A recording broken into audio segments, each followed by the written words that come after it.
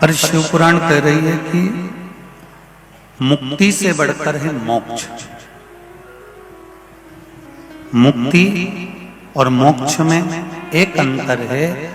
मुक्ति पाने के बाद में आप एक योनि से छूट जाओगे और दूसरी योनि में चले जाओगे, अर्थात एक योनि से मुक्त हो गए, दूसरी योनि में चले गए, दूसरी योनि से मुक्त हुए, तीसरी योनि में चले गए, तीसरी योनि से मुक्त हुए, चौथी योनि में चले गए। इसको मुक्ति कहा गया, इसको मुक्त होना कहा गया। और मोक्ष का मतलब होता है कि भगवान की इतनी भक्ति कर ली, शिव महापुराण की कथा को इतना श्रवण कर लिया, भगवान की अविरल भक्ति को इतना सुन लिया, इतना धारण कर लिया कि फिर वापिस मृत्यु लोक में जन्म ही नहीं हुआ। उसको मोक्ष कहते हैं, उसको मोक्ष कहते हैं।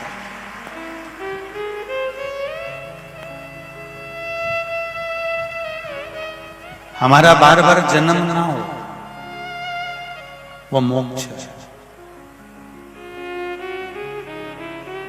हमें केवल मुक्त नहीं होना कि इस योनि से छूट गए, दूसरी योनि में चले गए, दूसरी योनि से छूट गए, तीसरी योनि में चले गए।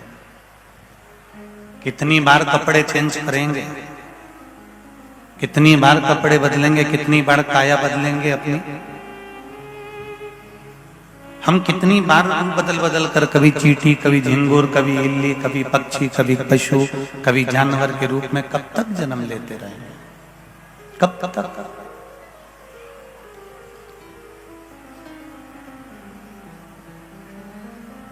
एक भगवान से भी निवेदन करना कि अब हमको फिर जन्म नहीं चाहिए, और अगर जन्म देना ही है तुझको तो इतनी कृपा जरूर करना कि हमें अगला जन्म अगर वापस मिले तो शिव महापुराण की कथा जरूर मिले। इतनी कृपा। हम भटके ना, हमारा मार्ग भटकना नहीं चाहिए, हमारा मार्ग निश्चित होना चाहिए।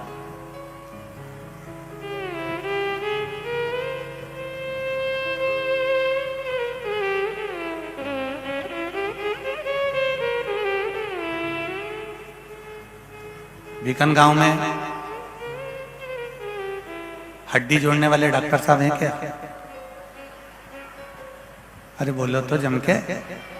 नहीं, खरगोन में तो होंगे, हैं? खंडवा में भी होंगे, हमारा सीहोर में भी है, इंदौर में भी है, सब दूर। सरकारी हॉस्पिटल में जाकर देखना और हड्डी के वार्ड में जाकर देखना, जिन जिन की हड्डी टूटी होगी और जिन जिन को पट्टा चढ़ा होगा, उसमें से एक भी आंख का अंधा नहीं होगा, सब आंख वालों की टूटती है।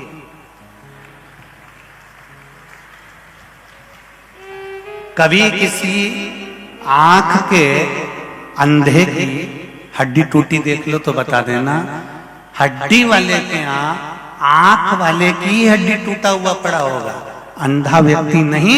क्योंकि अंधा व्यक्ति जब भी चलता है संभल कर चलता है, और आंख वाला कहीं पे भी कूद पड़ता है।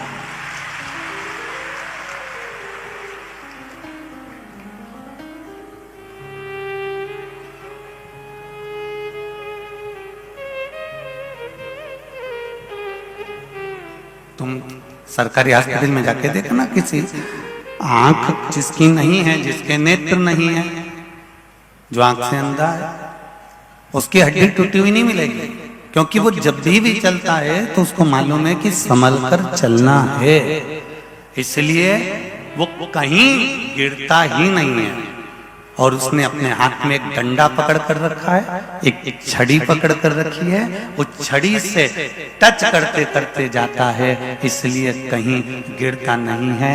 आंख वाला व्यक्ति, जिसकी आंख भगवान ने इतनी जोरदार बटेर जैसी दी, सब कुछ देख सकता है, उसके बाद भी ना जाने कहाँ गिर जाता है, पड़ जाता है, कहाँ टपक जाता है और हड्डी टूट जाती है। उसका एक कारण है अंधे व्यक्ति के पास में एक छड़ी है, उसी तरह आंख वाले के पास में भी शिव नाम की एक छड़ी होना चाहिए, वो गिरता नहीं, फिर नहीं गिरेगा।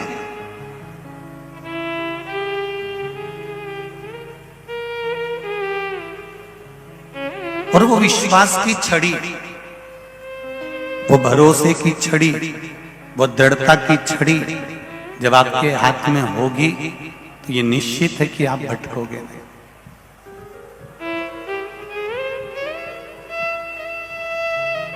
आंख वाला आदमी कहीं पर भी गिर जाता है, पर नेत्रविहीन आदमी कहीं पर नहीं गिरता, क्योंकि वो संभल कर चलता है।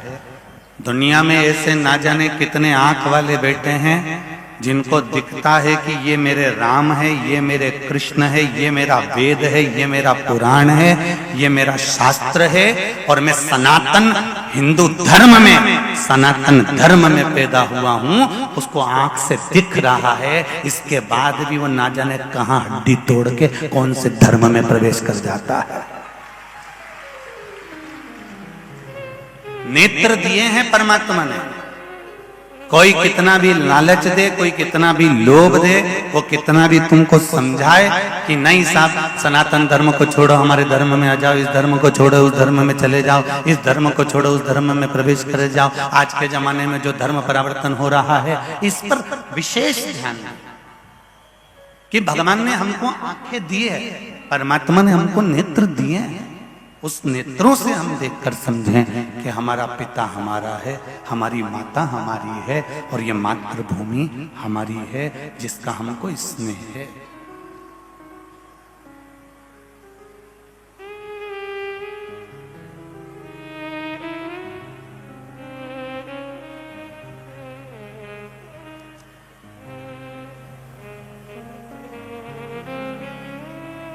दूसरे देश में जन्म लोगे तो तुम भाग्यशाली कहलाओगे कि नहीं कहलाओगे मालूम नहीं है, पर शिव महापुराण की कथा कहती है भारत की भूमि पर एक व्यक्ति गरीब से गरीब भी अगर जन्म लेता है तो वो भाग्यशाली ही कहलाता है, साधारण नहीं कहलाता।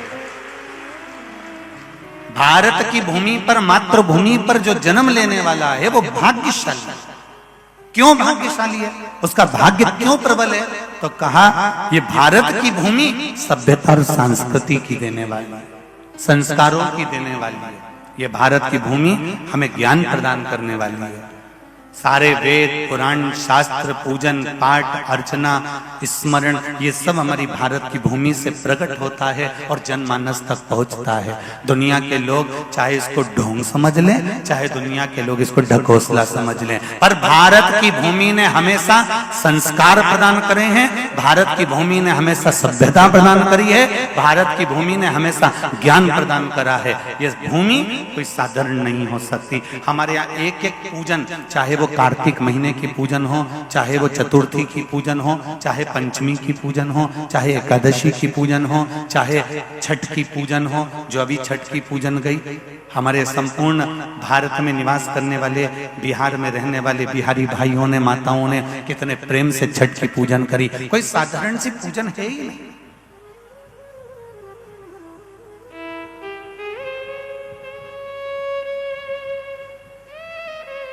आंवला नवमी का पूजन किया, एकादशी का पूजन किया, बैकुंठ चतुर्दशी का पूजन है, कार्तिक का महीने का, फिर मकर संक्रांति। ये हमारे भारत की भूमि ने हमको दिया है, हमारे वेद और पुराणों ने, हमारे शास्त्रों ने हमको दिया है।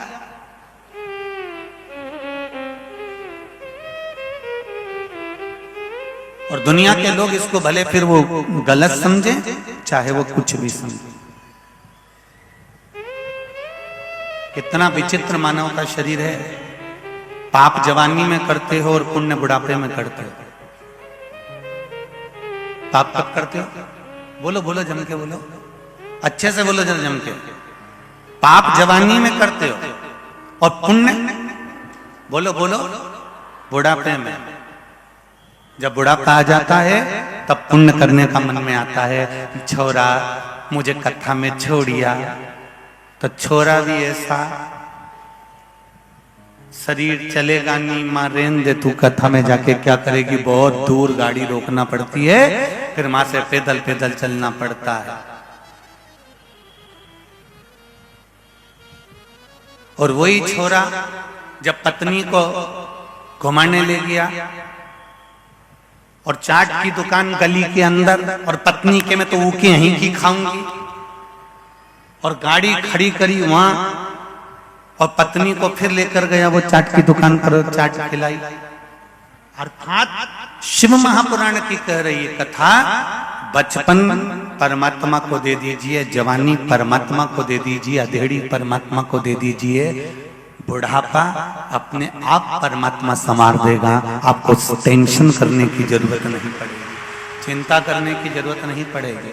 कई लोगों ने ये प्रवचन सुना तो उसमें कहा महाराज जी आप कहते हो बचपन भगवान को दे दो, जवानी भगवान को दे दो, अधेड़ी भगवान को दे दो, तो क्या हम नर्मदा जी के घाट पर जाकर बैठ जाएं, गंगा जी के घाट पर जाकर बैठ जाएं, या यमुना जी के घाट पर जाकर बैठ जाएं, या सरयू जी के घाट पर जाकर बैठ जाएं? शिव महापुराण की कथा जितनी बार सुनी होगी, हर बार एक ही बात कहा, ना तुम्हें नर्मदा के घाट पर बैठने की जरूरत है, ना तुम्हें गंगा के घाट पर बैठने की जरूरत है, ना तुम्हें किसी तीर्थ में जाकर तपस्या या साधना करने की जरूरत है, क्योंकि हमारे वेद और पुराण कहते हैं सबसे बड़ा आश्रम होता है गृहस्थ आश्रम। तुम कहीं मत बैठो, पर जब तुम्हारे नगर में कहीं शिव महापुराण की कथा हो तो 3 घंटा जाकर बैठो, उतना ही बहुत है।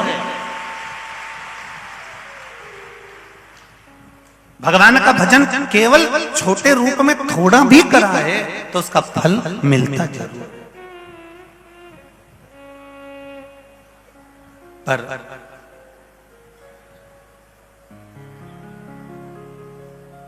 हमारी आधे से ज्यादा जिंदगी तो दूसरों के ऐब निकालने में निकल जाती है।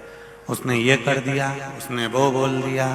कई ये महिला मंडल भी कथा कर रही है ना, नागेश्वर मंदिर महिला मंडल, तो ये भले कथा कर रही है, इसमें से भी थोड़ी ना थोड़ी भले सबका मुंडा नहीं फूले, पर 2-4 तो ऐसी होगी धन्वंतरी देवी।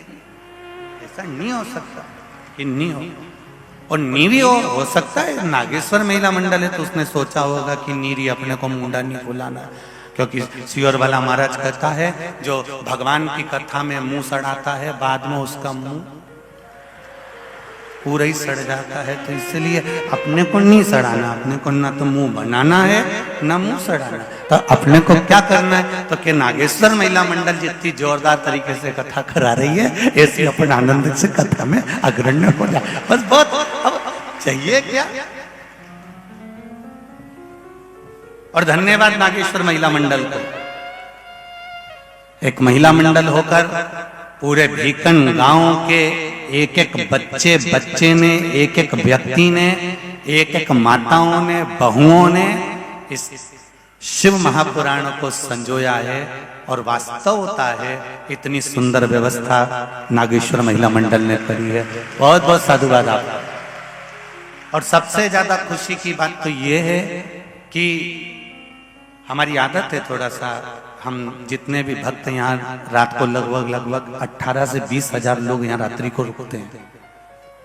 आप लोगों में से अगर भीकन गांव के लोगों से निवेदन है, अगर आप दिन में कथा में नहीं आ सकते तो रात्रि में आके एक बार जो रात को रुकते हैं उनके भजन और कीर्तन का आनंद जरूर लेकर जाना, ये कभी नहीं मिलने वाला। जो रात को माताएं रुकती हैं और अपना अपना ग्रुप बनाकर खूब भजन करती करती नाचती हैं, भले उनके पास ढोलक नहीं होता, नगाड़ा नहीं होता, मंजीरा नहीं होता, पर अपनी मस्ती में वो देखने लायक होता, और ये आपको कभी नहीं मिल सकता। ये मौका मिला है भीकन गांव वालों को, इसलिए उसका आनंद जरूर लेना। 18 से 20 हजार लोग यहाँ रात्रि को रुकते हैं, और 20 हजार लोग जब रात्रि को रुकते हैं उनके चेहरे की प्रसन्नता बताती है कि उनको नाश्ता मिला कि नहीं मिला, चाय मिली कि नहीं मिली, उनको भरपेट भोजन मिला कि नहीं मिला। कई लोगों के पास में हम हमारे कार्यकर्ताओं को भेजते हैं और वो मालूम कर आते हैं, सबके चेहरे पर प्रसन्नता रहती है कि महिला मंडल ने बहुत अच्छी व्यवस्था करी। बहुत साधुवाद। और यहाँ से जो जाने वाले भगत रहते हैं उनके लिए पूरी रोड पर कई समितियों ने, कोई प्रसाद बांट रहा है, कोई कुछ बांट रहा है, कोई कुछ बांट रहा है, पूरी समितियों ने। और विचार करो भीकन गांव वालों कि कार्तिक का महीना मिला है, जो सबके मुख झूठा कराने का तुम्हें मौका मिला। दुनिया अनुकूट करती है या अनुकूट से बड़ा जो आपको मौका मिला। धन्य आप लोगों को बहुत बहुत साधुवाद। शिव करता है, इसी को विश्वास करता है। और मेरा निवेदन, भीकन गांव की कथा को देखकर, जो ये कथा तो 7 तारीख को विराम हो जाएगी, 9 तारीख को कथा हनुमान मंदिर गुड़ियारी रायपुर छत्तीसगढ़ में प्रारंभ हो जाएगी। जो 9 तारीख से 5 दिन की कथा आपको मिली है, 9 से 13 तारीख तक 1 बजे से 4 बजे तक आस्था चैनल पर आएगी। दही हांडी मैदान हनुमान मंदिर गुड़ियारी रायपुर छत्तीसगढ़ में जो कथा हो रही है, उनसे भी निवेदन है कि महिला मंडल को देखकर थोड़ा सा सीखना कि एक के चेहरे पर सल नहीं आया, और बड़े प्रेम से आप भी रायपुर में कथा कराओ तो किसी के चेहरे पर सल नहीं होना चाहिए। आप दिल से कराइए।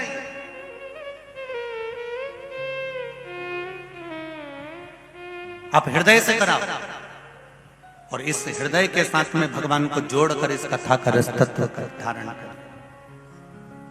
धन से कभी कथा नहीं हो सकती। कथा जैसे महिला मंडल ने, नागेश्वर महिला मंडल ने दिल से कराइए, और धन से नहीं। ये महिला मंडल बैठी है, आप महिला मंडल से कभी भी भीकन गांव आकर पूछ सकते हैं कि सीहोर वाले गुरुजी ने 25 लाख, 50 लाख, 30 लाख, 20 लाख, 10 लाख, 11 लाख, 15 लाख, 40 लाख, 30 लाख कुछ मंगा हो, तो ये महिला मंडल की एक एक सदस्य में से कोई तो तुमको जिंदगी में बता देगी कि सीहोर वाला महाराज ने इतना मंगा था। दिल से करिए कथा, हृदय से करिए कथा, चित्त से करिए कथा, और जितना दिल लुटा सकते हो। फिर कहेंगे ऑफिस दिल्ली में रखिए, और घर प्रत्येक मनुष्य के दिल में रखिए। बस इतना स्मरण आपको याद है, प्रत्येक मनुष्य के दिल में। ऑफिस भले दिल्ली में हो, और आपका घर प्रत्येक मनुष्य के दिल में होना चाहिए। प्रत्येक मनुष्य चित्त धारण करो, भजन धारण करो, फिर ये मानव की देह नहीं मिलने वाली, बड़ी मुश्किल से मिली। और कार्तिक महीने में ये नागेश्वर महिला मंडल ने जो कथा का आयोजन करा है, इसका सार तत्व केवल इतना है कि कार्तिक महत्व का भी लाभ इनकी जिंदगी में इनको प्राप्त हो, इनका जीवन सार्थक हो। और एक महिला मंडल के साथ में जो ये पूरे जजमानों की टीम जुड़ी है, चाहे वो 150 हो, 200 हो, 40 हो, 50 हो, मैं सभी जजमानों को नमन करता हूँ, आपकी दृढ़ता को नमन करता हूँ, जो आपने महिला मंडल को खंबे के रूप में खड़े होकर सहयोग प्रदान करा और ये कार्यक्रम आयोजित करने के लिए अग्रणी रहे।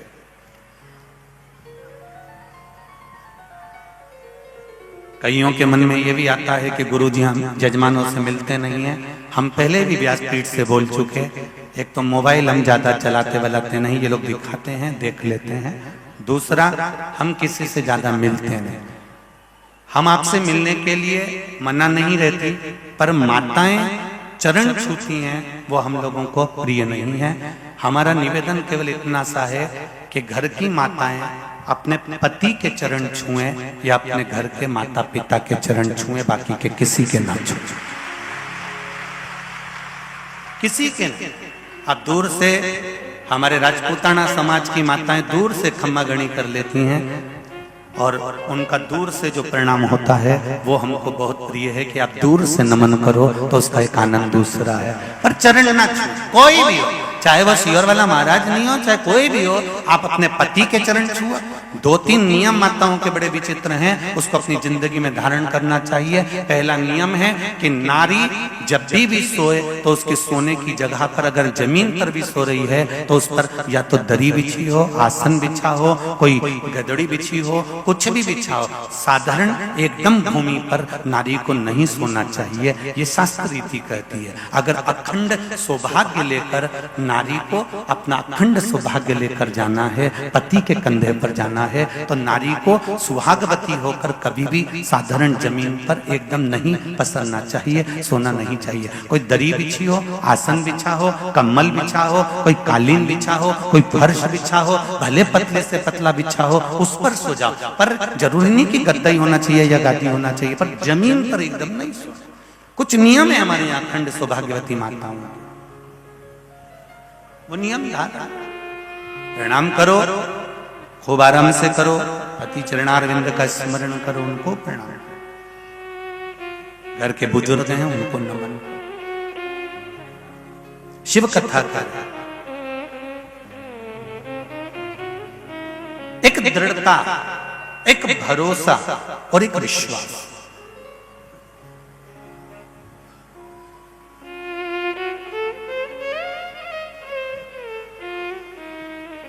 और जब दृढ़ता, भरोसा और विश्वास ये प्रबल हो जाता तो शिव मिल जाता। शंकर को मिलने में देरी नहीं लगती।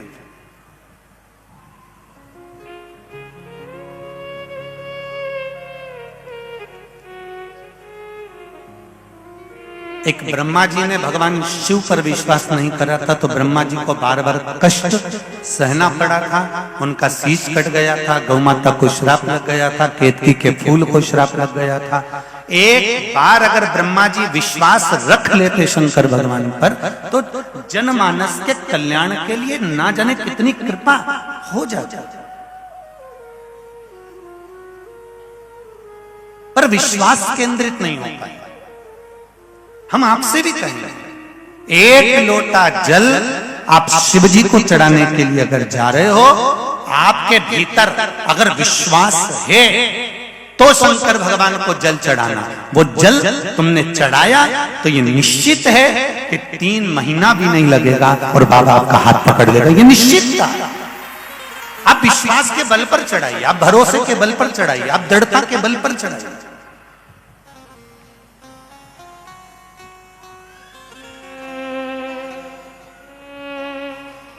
मैंने तेरे ही भरोसे, ओ बाबा तेरे ही भरोसे, हवा बिच उड़ती जावांगी, बाबा डोर हथो छड़ी ना मैं कटी जावांगी, भोले मैं तेरी पतंग, शंभो मैं तेरी पतंग, हवा बिच उड़ती जावांगी, बाबा डोर हथो छड़ी ला मैं कटी जावांगी। परमात्मा पर छोड़कर आप इंसान से लड़ सकते हो, आप मनुष्य से लड़ सकते हो, आप अपने परिवार से लड़ सकते हो, आप अपने भाई से लड़ सकते हो, आप अपनी पत्नी से लड़ सकते हो, आप अपने परिवार कुटुंब वालों से लड़ सकते हो, आप अपने रिश्तेदारों से लड़ सकते हो, आप अपने पड़ोसियों से लड़ सकते हो, आप अपने व्यापारियों से लड़ सकते हो। पर शिव पुराण कहती है आप अपने भाग्य से नहीं लड़ पाओगे। जो लिखा है किस्मत में वो भोगना ही पड़ेगा। जो लिखा ललाट पर उसको भोगना।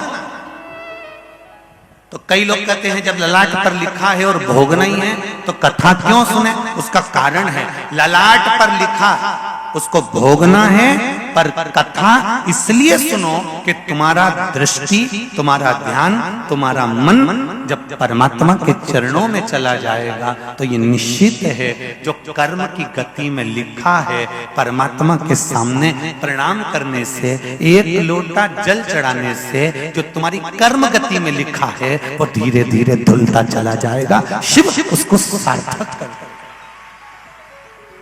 आप तो एक लोटा जल जब शिव जी के मंदिर में चढ़ाओ तो ये विचार करके चढ़ाना कि हम शंकर भगवान पे जल नहीं चढ़ा रहे, हमने जो अपने ललाट पर जो हमारी कर्म गति में लिखा है, हमारे जीवन में जो दुख लिखा है, हमारे जीवन में जो कष्ट लिखा है, हमारे जीवन में जो परेशानियां लिखी हैं, हम शिवजी पे जल चढ़ा रहे हैं, पर वो जल से हम अपनी कर्म गति को धो रहे हैं। हमने जो ललाट पर लिख कर रखा है, अपने जीवन में जो दुख तकलीफ कष्ट लिखा है, उसको हम धो रहे हैं।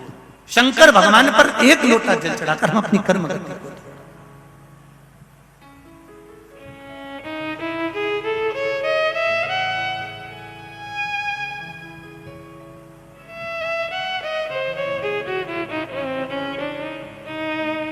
खाली न जाता कोई दर से तुम्हारे, खाली न जाता कोई दर से तुम्हारे, मैं भी खड़ा हूँ नन्ही बाहें पसारे, मैं भी खड़ी हूँ नन्ही बाहें पसारे, अपने हृदय से लगा लो गिरा जा रहा हूँ, उठा लो भोले अपने दर से, अब तो न टालो गिरा जा रहा हूँ, उठा लो। हे प्रभु, हम शिव जी के मंदिर में जाएं, एक लोटा जल चढ़ाने को जाएं, पशुपति व्रत करने को जाएं, हम शंकर भगवान को रिझाने के लिए जाएं, हम शिव को मनाने के लिए जाएं, तो हमारे भीतर ये जरूरी नहीं है कि हम बार बार शंकर भगवान से कहें कि मेरा कर्जा बढ़ गया, कर्जा चुकाओ, मेरा कर्जा बढ़ गया, कर्जा चुकाओ, मेरा पैसा लेकर चले गया, पैसा वापिस दिलाओ, मुझे ये दुख आ गया, मेरा दुख मिटाओ। हमें भगवान के सामने रोज जाकर के नहीं। पशुपति व्रत किस किस ने करे, जरा हाथ उठाओ, सबने करें, धर लो वापिस धरो। पशुपति व्रत करते हैं तो पशुपति व्रत करने का एक नियम है, आपको बताया था पहले, जितनी बार आपने टीवी पर सुना होगा, उसका एक नियम है पशुपति व्रत करने। 5 सोमवार का व्रत होता है। कितने सोमवार का है? 5 सोमवार का। पहले सोमवार को जब हम पूजन की थाली लेकर जाते हैं, सुबह अभिषेक पूजन करते हैं, शाम के समय पर कितने दिए? 6 दिए लेकर जाते हैं, 5 दिए और छठवां दिया वहीं रखते हैं, प्रसाद लेकर जाते हैं, उसके 3 हिस्से करते हैं, 5 दिए मंदिर में प्रज्वलित कर देते हैं, प्रज्वलित करने के बाद छठवां दिया वापस जमीन पे से उठाकर थाली में रख लेते हैं, 2 हिस्से प्रसाद के मंदिर में छोड़ देते हैं, 1 हिस्सा प्रसाद का लेकर आ जाते हैं। पहले व्रत में भगवान को निवेदन कर दिया जाता है कि ये व्रत मैंने इसलिए करा, बाकी के 4 व्रत में हमको बोलना नहीं चाहिए कि हमको ये तकलीफ के कारण मैंने व्रत करा। केवल पहले व्रत में आपको बता देना है कि बाबा मैंने ये व्रत इस कारण से करा है। और जब 5वां व्रत आए तब नारियल और उसके साथ में 11 रुपए और जो भी आप सामग्री 108 दाना चावल या मूंग या बेलपत्री या फूल जो चढ़ा रहे हो उसके साथ में बाबा से विनती कर दो, बस पहला और आखिरी। इसके सिवाय आपको फिर वो व्रत के बीच में एक भी सोमवार को नहीं बोलना कि बाबा मुझे ये तकलीफ है। कारण इसको और दूसरी भाषा में समझ लो। सब्जी वाले के यहाँ सब्जी लेने जाओगे तो मुंह से बोलकर बताना पड़ेगा, आधा किलो बैंगन दे दो, आधा किलो टमाटर दे दो, 1 किलो मुझे आलू दे दो, आधा किलो लौकी दे दो। बोलो री जीजियो, जम के तो बोलो, उधर वाली भी बोलो जरा, सही है? ऐसे ही बोलोगे ना कि आधा किलो हमको ये दे दो। किराने वाले के जाओ तो किराने वाले क्या बोलना पड़ेगा, मुझे आधा किलो मूंगफली का दाना दे दो, 1 किलो साबूदाना दे दो, आधा किलो चिप्स दे दो। बोलो री जी, सही है? बोलना पड़ेगा नहीं बोलना पड़ेगा? पर मेडिकल वाले के यहाँ जाओ,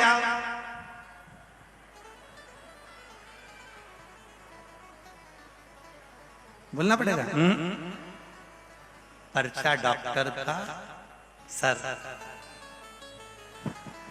और मेडिकल वाले क्या तुमने पर्चा दे दिया, अब चुपचाप खड़े रहो, मुंह से आवाज नहीं आना चाहिए। मेडिकल वाला अपने दिमाग से यहाँ पेन घुसा होगा,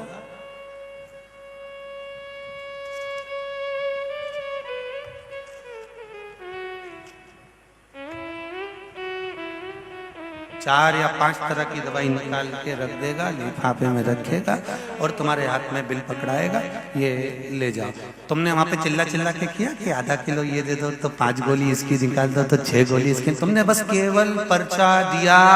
और मेडिकल वाला इतना समझदार, उसने देख लिया बस पर्चा आ गया है और मुझे इसको दुख मिटाने की दवाई देना है। उसी तरह मेरा भोलेनाथ है, पहले दिन पर्चा दे दो, दवाई सब सामने।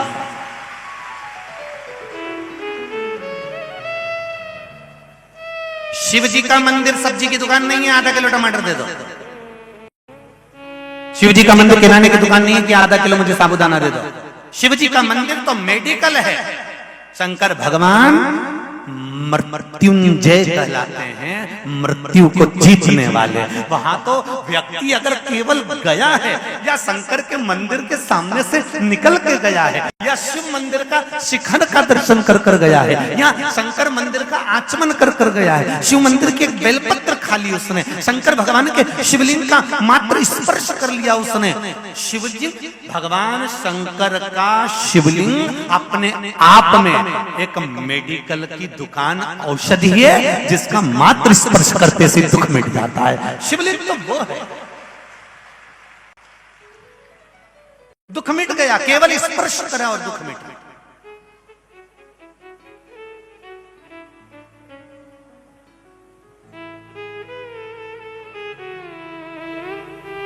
शंभो शरणे पड़ी मांगू घड़ी दुख काटो दया करी न दर्शन। शिव जी का मंदिर, भगवान शंकर का शिवालय, भगवान शंकर की चौखट, भगवान शंकर का द्वार, भगवान शंकर का शिवलिंग, तो वो औषधि की दुकान है जहां पर केवल एक बार जाकर बोलना पड़ता है, एक बार जल भर कर लोटा भर पानी चढ़ाना पड़ता है और कहने की जरूरत नहीं है। शिव समझ जाते हैं ये मेरे दरवाजे पर क्यों आया है, ये मेरी चौखट पर क्यों पहुंचा है।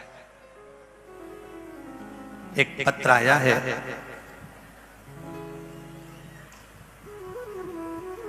वंदना संजय सिसोदिया महाराष्ट्र सिरपुर से आए हैं, जहां बैठे हो हाथ हिलाइएगा। आप ही हैं? श्री शिवाय नमस्तुभ्यम, दोनों हाथ हिला दो। जिस बच्ची की आंख में सरिया घुसा था वो बेटी आई है साथ में? नहीं आई है। इसमें आपने लिखा है, मैं वंदना संजय सिसोदिया शिरपुर से आई हूं, मेरी भतीजी 7 वर्ष की छत पर से खेल रही थी, खेलते खेलते उसके आंख में सरिया चला गया, आंख पूरी तरह से डैमेज हो गई। डॉक्टर ने कह दिया ये आंख से दिखेगा नहीं, ऑपरेशन की तैयारी हो गई। 50,000 रुपए डॉक्टर ने ऑपरेशन का बोला। बाद में डॉक्टर ने कहा कि इसकी कोई गारंटी नहीं है, आंख नहीं आएगी ये निश्चित है क्योंकि सरिया पूरी आंख में जा चुका है। तब मेरे भाई का फोन आया और वह बहुत रो रहा था। तब मैंने कहा कि श्री शिवाय नमस्तुभ्यम का निरंतर जाप करो और 1 लोटा जल शिव जी को चढ़ाओ। डॉक्टर को दिखाओ मना नहीं है, दूसरी जगह ले जाओ। आरोही के दादा दादी चाचा चाची तुरंत उसके घर के पास शिव मंदिर पहुंचे और उन्होंने 1 लोटा जल चढ़ाया और शंकर भगवान का श्री शिवाय नमस्तुभ्यम का जाप किया और शिव जी को कहा कि माता पिता ने कहा कि हमारी आरोही का आंख ठीक होगी, शिव मंदिर में आएंगे और बाबा एक बेलपत्री के साथ में जैसा कहा है उसी के अनुसार हम नेत्र भी समर्पित करेंगे। बाबा की कृपा ऐसी हुई, ऑपरेशन की तैयारी थी पर डॉक्टर ने कहा कि एक चेकअप करते हैं। उस चेकअप में दवाई डाली गई और दवाई डालते से बेटी की आंख वापिस आ गई, ऑपरेशन नहीं करना था। ये शिव है, बैठिए बहन, श्री शिवाय नमस्तुभ्यम। ये ओघड़ी है, उस बेटी की आंख का फोटो भी दिया है जिसमें आंख में सरिया गया था, और दूसरा फोटो भी लगाया गया है जो सरिया निकलने के बाद बेटी ठीक हुई। श्री शिवाय नमस्ते। ये औघड़ी है, मेरा शंभू, मेरा शंकर। दूर खबर पहुंची, शिव जी के पास भी खबर गई कि सती मैया जलकर भस्म। ध्यान दो जरा, सती मैया को अगर प्राण त्यागना ही थे तो कहीं और जाकर प्राण त्याग, पर सती मैया ने प्राण त्यागे तो यज्ञ की अग्नि में प्राण त्यागे।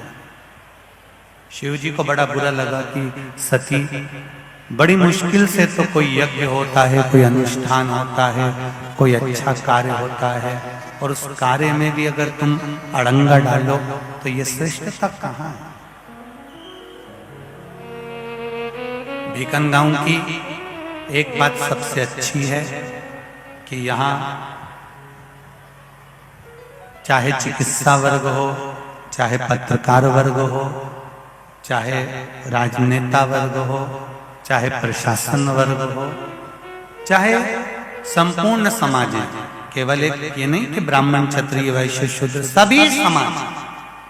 ये चीज देखने को बीकनगांव में मिली कि इस कथा में सबका सहयोग मिला है, सबका सहयोग।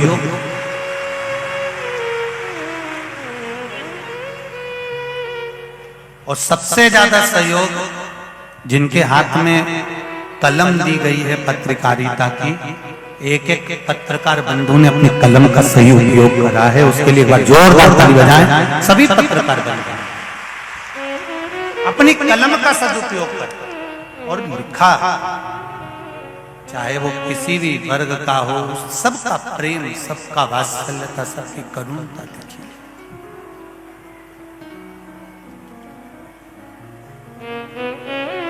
और प्रश्न जब अपने नगर की बात का आए तो एक होकर आगे बढ़ना चाहिए। यही हमारा शिव महापुराण का वर्णन करता है। आगे बढ़ो, एक होकर बढ़ो। सती मैया, तुमने गलती करी जो यज्ञ की अग्नि में प्राणों को त्यागा। अगर और कहीं प्राण त्यागती तो चल जाता, पर सती तुम यज्ञ की अग्नि में कूदकर प्राणों को त्यागी हो, ये तुम्हारे अच्छी बात नहीं है। जब कोई अच्छा कार्य हो रहा हो, श्रीमद् भागवत हो, रामायण हो, गीता हो, शिव पुराण हो, यज्ञ हो, अनुष्ठान हो, कोई समाज वर्ग में कोई अच्छा काम हो रहा हो, किसी भी समाज का कोई भी अच्छा काम हो रहा हो, बन सके तो उसमें आगे बढ़कर हाथ लगाकर आगे बढ़ाओ, टांग अड़ाकर कार्य को रोकने का प्रयास न किया जाए। ये चीज का स्मरण भगवान शिव ने सती को समझाया। सती, तुमने गलती कर दी। सती, मेरा श्राप रहेगा तुमको। सती, तुम यज्ञ की अग्नि में कूद कर प्राणों को त्यागी हो। एक अच्छा काम हो रहा था, उसमें तुमने अड़ंगा डाला है, इसलिए तुम्हारा अगला जन्म कोयल का होगा। तुम इतनी जल्दी मुझे प्राप्त नहीं कर सकती, तुम कोयल बनकर जगत में घूमोगी। सती ने हाथ जोड़ लिए, मेरी मुक्ति कैसे होगी? शिव जी ने कहा, जब 2 आषाढ़ पड़ेंगे और 2 आषाढ़ पड़ेंगे, जब अधिक मास पड़ेगा आषाढ़ का, उस समय पर कोकिला व्रत पड़ेगा। उस कोकिला व्रत में तुम मेरी आराधना करना, तुम मेरा अनुष्ठान करना। बीच में शिवरात्रि पड़े, उसका स्मरण करना। मैं स्वयं तुम्हें कोयल की योनि से मुक्त करूंगा और तुम पार्वती बनकर फिर मुझे प्राप्त कर लोगी। ये कोकिला व्रत की महत्वता।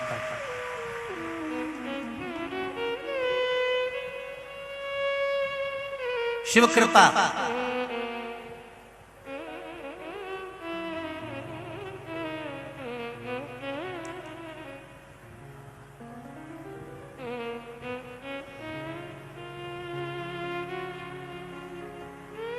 कितना सुंदर बात कही। संभल कर बड़ों को चलना चाहिए कि छोटों को? जल्दी उत्तर दो रे बीकनगांव वाले, बोलो जरा जल्दी। संभल कर बड़ों को चलना चाहिए कि छोटों को? बड़ों को चलना चाहिए। क्यों? बड़ों के पद चिन्ह पर छोटे चलते हैं, अगर बड़े ही गड़बड़ कर जाएंगे तो छोटे तो फिर धूल में जाएंगे।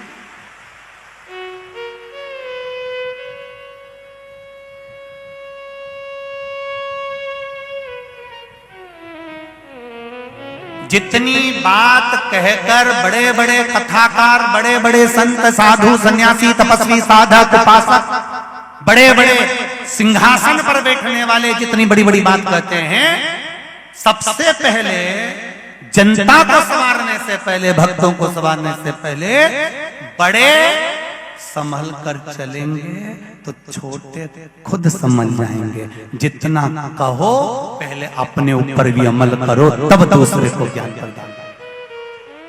पहले समझने की जरूरत अपने को है, पहले बड़ों को समझने की जरूरत है कि हम कैसे संभल कर चलते। आज ज्ञान देने के लिए तो कोई भी ज्ञान दे देगा साहब तुमको कि तुम ऐसा करो वैसा करो, पर खुद को भी तो करना पड़ेगा। आप अगर मंत्र जाप कर रहे हो तो दूसरे से कह सकते हो कि श्री शिवाय नमस्तुभ्यम मंत्र के जाप का फल क्या है। जिसने जपा होगा उसने कहा होगा। आप जपोगे तो ही तो कह सकोगे। एक भीकन गांव की बेटी ने पत्र लिखा, देखिए, मैं भुवनेश्वरी चौहान, रहवासी भीकन गांव, कहीं बैठी हूँ भुवनेश्वरी जी, आप ही हैं? श्री शिवाय नमस्तुभ्यम। मैं भुवनेश्वरी चौहान, रहवासी भीकन गांव की हूँ। आपकी कथा निरंतर सुन रही हूँ, मंदिर भी जाती हूँ, एक लोटा जल भी चढ़ाती हूँ। गुरुजी, मेरे चाचा जी भोपाल में हॉस्पिटल में वेंटिलेटर पर 20 दिन से हैं। मेरी मम्मी और मैंने पहले दिन जब शिव महापुराण की कथा यहाँ चालू हुई भीकन गांव में, तो हम एक ही बात लेकर बैठे कि गुरुजी कहते हैं कि 3 महीने में रिजल्ट आता है, सही बाबा सुनता है। तो बाबा 3 महीने तो बहुत दूर है, मेरे चाचा जी की तबीयत खराब है। मैं पहले दिन कथा में बैठी हूँ और चाहती हूँ कि इसका रिजल्ट आए। और पहले दिन की कथा सुनते समय बाबा से प्रार्थना करी, और पहले दिन की कथा सुनकर मैं घर पर जाकर पहुंचे और मेरे बड़े पापा को फोन किया, तो बड़े पापा ने कह दिया कि चाचा जी को वेंटिलेटर से हटा दिया गया है।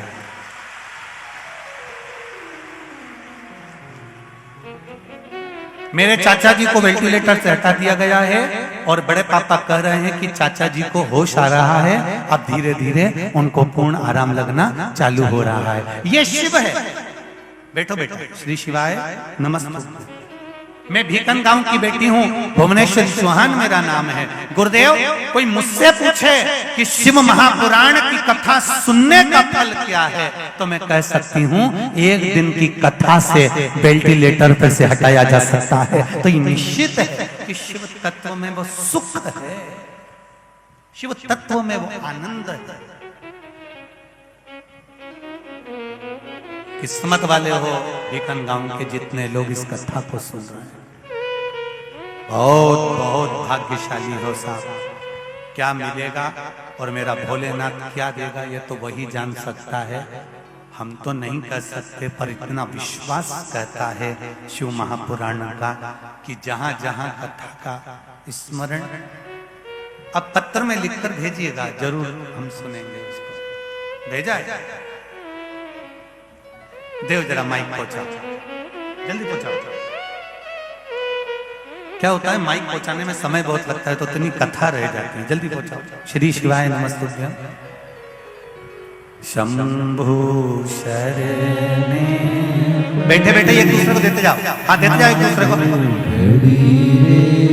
घड़ी दुख कालो दया करी दर्शन आपको।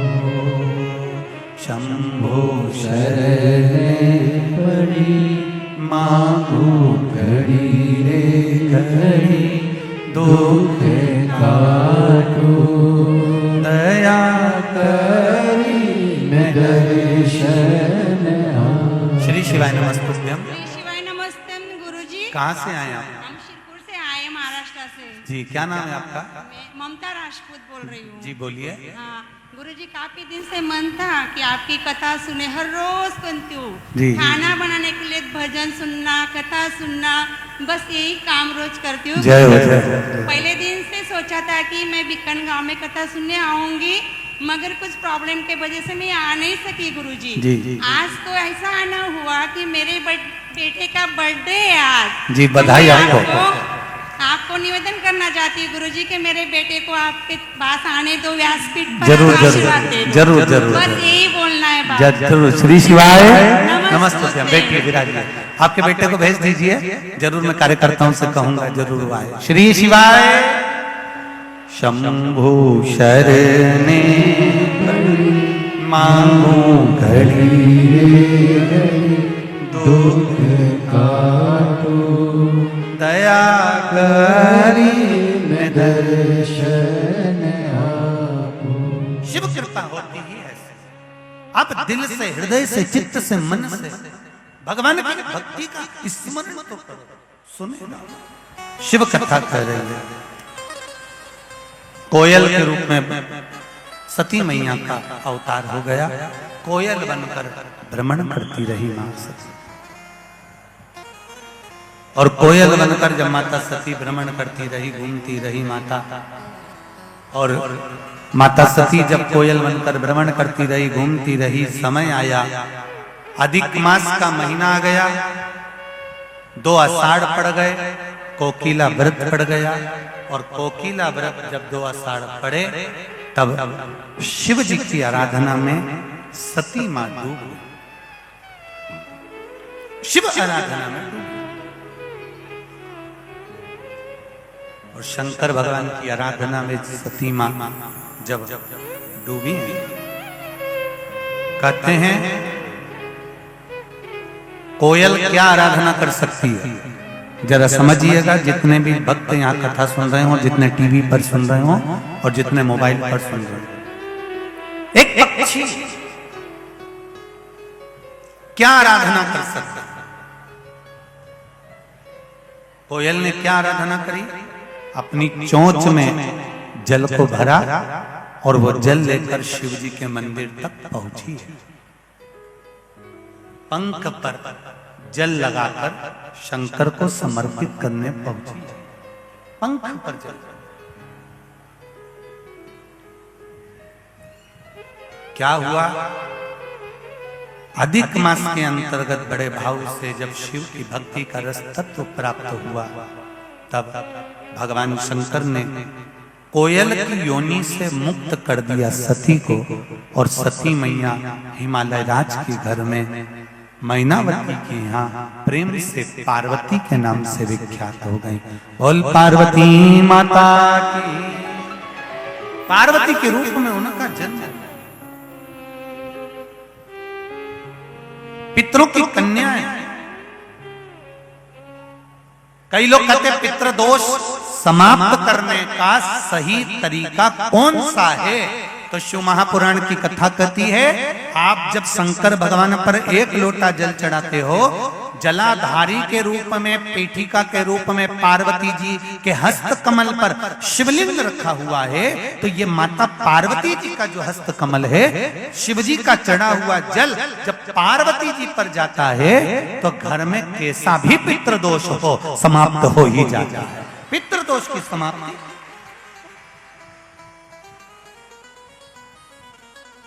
कैसा भी पितृदोष वो समाप्त हो जाए।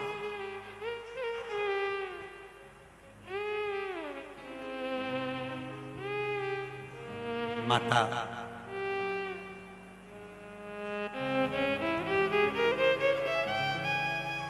पार्वती जी का प्रागट्य हुआ, जन्म हुआ। और पार्वती जी के जन्म के बाद में देवऋषि नारद का आगमन हुआ। देवऋषि नारद ने आकर पार्वती जी के भाग्य की सराहना करी और कह दिया कि इनके भाग्य में जो पति लिखा है, तो नग्न वैशधारी, भस्मी रमाने वाला, जटा जूट बांधने वाला, जटाएं पहनने वाला पति मिलेगा। मैनावती ने विचार कर लिया कि मैं अपने पुत्री का विवाह नहीं करूंगी।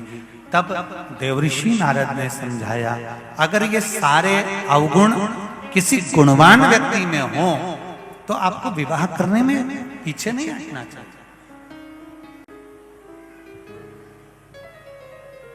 फिर विवाह करने में पीछे ना, ठीक है, विवाह की ठानी,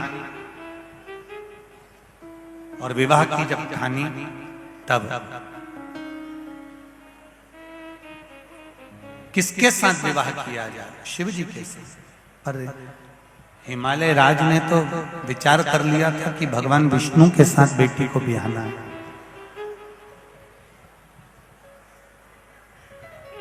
भगवान विष्णु के साथ बेटी को ब्याहना, ये विचार करा। अब कोई भी एक पिता होगा बेटी के विवाह के लिए ये विचार करता है कि जब भी इसका विवाह हो तो अच्छे परिवार में, अच्छे घर में, अच्छे कुल में हो। कौन पिता